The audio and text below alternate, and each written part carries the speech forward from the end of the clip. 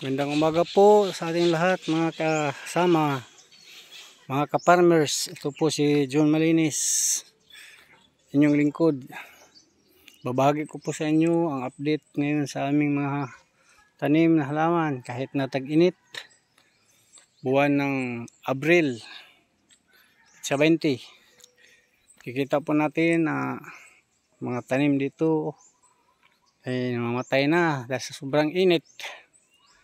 Pero sa awa ng Diyos, sa lugar namin ay buhay pa rin yung mga tanim naming kamuti.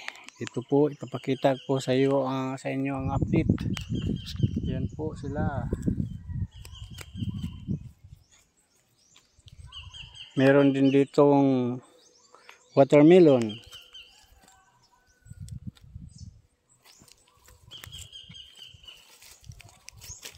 Malalaki na po ang mga watermelons at namulaklak na. Ito naman ay mga kamuti. Umpisa na silang nagdahon ng marami. Yan. Yan po ang update sa aming mga tanim dito ngayon. Yan. Kahapon po, nagtanim po rin kami ng mga kamatis. Tanim kami kahapon ng hapon, ng kamatis. Lalaki na rin. Ito na po ang update. Yan, kamatis. Yan yung area na tinaniman ng kamatis. Mga 41 na puno. Ito na po yung saging. Yan. Namulaklak na rin ang aming mga watermelon. Ito po, watermelon.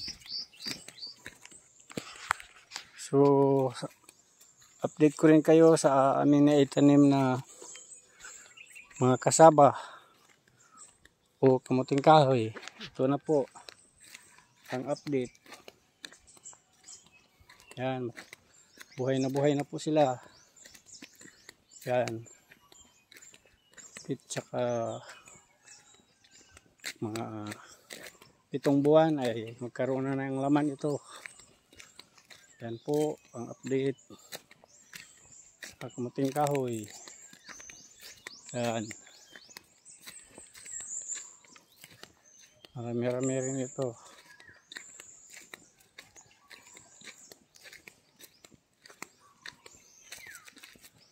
Hanggang dito po yung sa kasaba. Ito po yung mga kamuti naman. Yan, lumago na sila. Yun, kita natin. So, laking tulong po pag may tanim tayo. Nakapangtanggal po ng stress.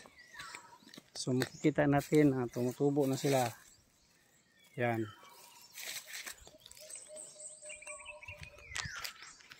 Yun lang pong mabahagi ko sa inyo. Like lang po at share sa ating kaibigan para ito'y dagdag kaalaman, inspirasyon sa atin. Bye bye!